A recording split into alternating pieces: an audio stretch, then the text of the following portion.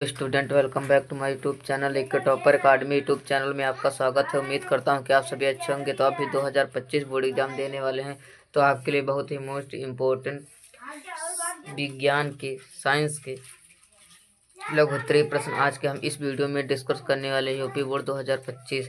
तो अभी तक वीडियो को लाइक नहीं किया तो लाइक कर लो, और चैनल पर नए हो तो चैनल को सब्सक्राइब कर लो। इस चैनल पर 2025 बोर्ड एग्जाम की संपूर्ण तैयारी कराई जाएगी PDF हैंडराइटिंग नोट्स के साथ। हमारा पहला नंबर प्रश्न, एक समतल दर्पण द्वारा उत्पन्न आवर्धन +1 है, तो इसका क्या अर्थ है? इसका क्या अर्थ है ये आप लोगों को इस वीडियो में बताने वाले हैं। धनात्मक चिन्ह का अर्थ है कि समतल दर्पण द्वारा बना प्रतिबिंब आभासी और सीधा तथा प्रतिबिंब का आकार वस्तु के आकार का जितना है।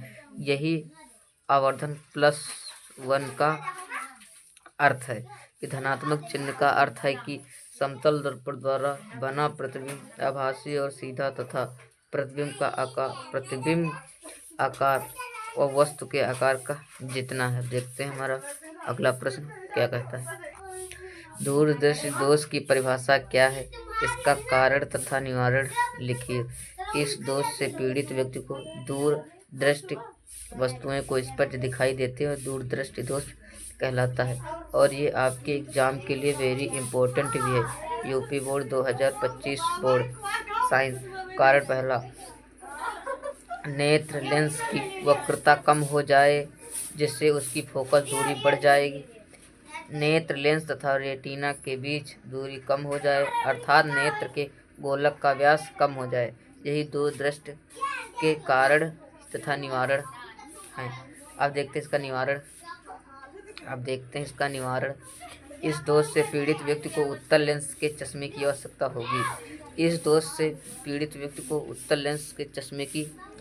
होगी। अब देखते हैं अगला प्रश्न। 1 एम्पीयर की परिभाषा दीजिए। यदि किसी परिपथ में 1 सेकंड में 1 कूलाम आवेश प्रवाहित होता है, तो परिपथ में प्रवाहित धारा का मान 1 एम्पीयर होगा। यही 1 एम्पीयर की परिभाषा है। विद्युत प्रतिरोध क्या है? इसका मात्रक लिखिए।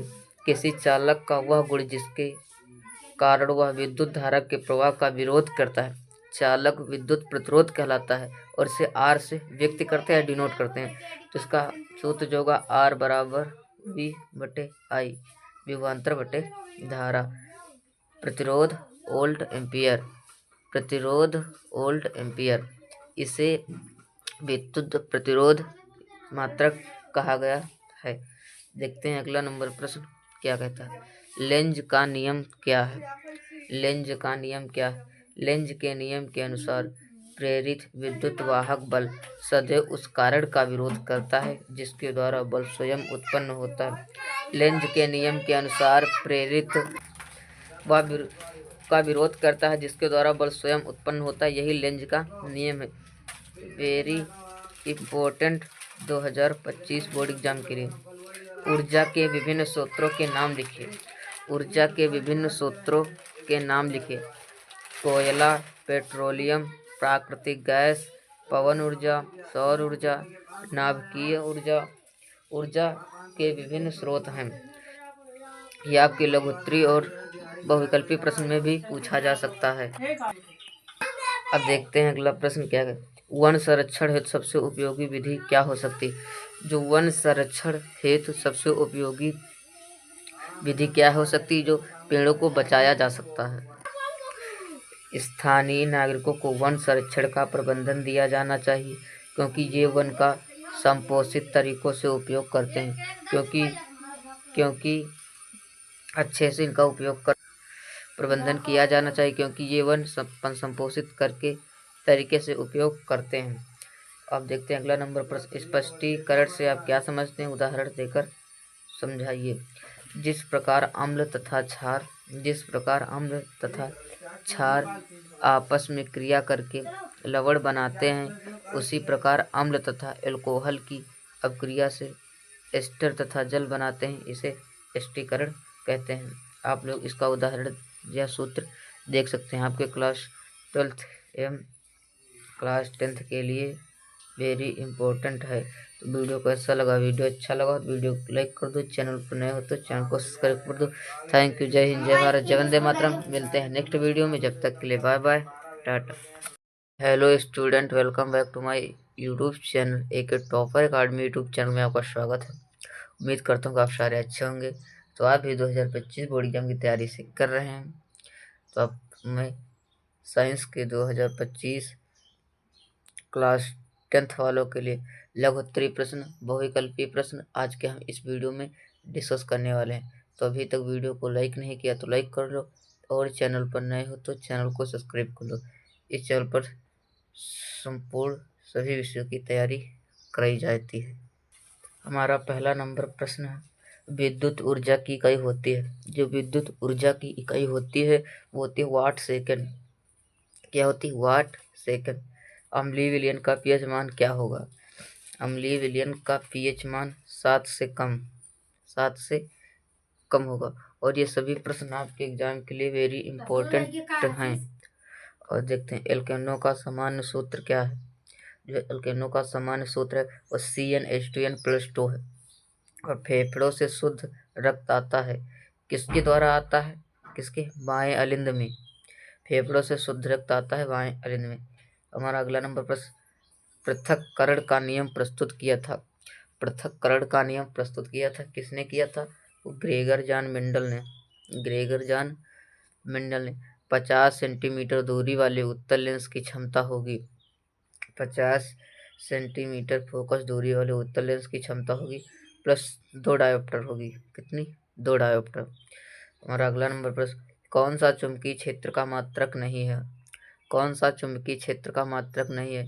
Newton ampere square. मेंडल ने किस पौधे का प्रयोग किया था? मेंडल ने किस पौधे का प्रयोग किया था? तो मटर के पौधे का प्रयोग किया था। एक गुणसूत्र किस पदार्थ के बने होते हैं? डीएनए और प्रोटीन से बने होते हैं। और देखते हैं अगला नंबर प्रश्न क्या है हमारा। जीवन की जो उत्पत्ति हुई है वो सागर से हुई। मैं जितने ही सारे प्रश्न बता रहा हूँ आपके एग्जाम के लिए 2025 बोर्ड के लिए वेरी इंपॉर्टेंट है। और आप लोग एक इम्पोर्टेंट नोट्स बना लो सभी विषयों की, ताकि आप लोग अच्छे से अच्छे अपनी तैयारी कर सकें। पुरुष में लिंग गुणसूत्र क्या होता है? पुरुष में लिंग गुणसूत्र क्या होता है? तो XY होता है और मादा में XX होता है। और नेत्र की समांजन क्षमता क्या है? नेत्र की समांजन क्षमता क्या है ये आप लोगों को बताना है। नेत्र की फोकस दूरी को समायोजित करने की क्षमता को नेत्र की समांजन क्षमता कहते हैं। जो कहने के अनुसार जहाँ तक नेत्र देख सकते हैं, नेत्र की फोकस की दूरी को, जहाँ तक आपके नेत्र फोकस कर सकते हैं उतनी दूरी को समायोजित करने की क्षमता को नेत्र की समांजन क्षमता कहते हैं। और आपके बोर्ड एग्जाम में 4 नंबर का पूछा जाएगा।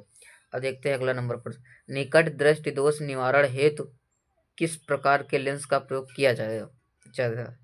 तो अवतल लेंस का प्रयोग किया जाएगा। किसका? अवतल लेंस का। अब देखते हैं अगला नंबर प्रश्न हमारा क्या कहता है। अंतिम पंक्ति में बैठे किसी विद्यार्थी को श्याम पट पर पढ़ने की कठिनाई होती है। यह विद्यार्थी किस दोष से पीड़ित है? इसे किस प्रकार से संशोधित किया जा सकता है? ये आप लोगों को बताना। उत्तर है, विद्यार्थी निकट दृष्टि दोष से पीड़ित, इस दोष को अवतल लेंस के चश्मे का प्रयोग किया जा सकता है। और निकट दृष्टि दोष तथा कारण एवं निवारण, इस दोष में नेत्र निकट की वस्तु को तो स्पष्ट देखा जा सकता है, परंतु अधिक दूर पर रखी वस्तु को स्पष्ट नहीं दिखाई देती है। अर्थात नेत्र का दूर बिंदु अनंत पर न होकर दूरी पर जाता है। और इसके कारण क्या है? इस दोष के 2 कारण हो सकते हैं। नेत्र की वक्रता बढ़ जाए जिससे आपकी फोकस दूरी कम हो जाएगी, और नेत्र और लेंस के रेटिना के बीच दूरी बंध जाए अर्थात गोले का व्यास बढ़ जाएगा। इस दोष को दूर करने के लिए अवतल लेंस के चश्मे का उपयोग किया जाता है। अब देखते हैं दूरदृष्टि दोष क्या होता है।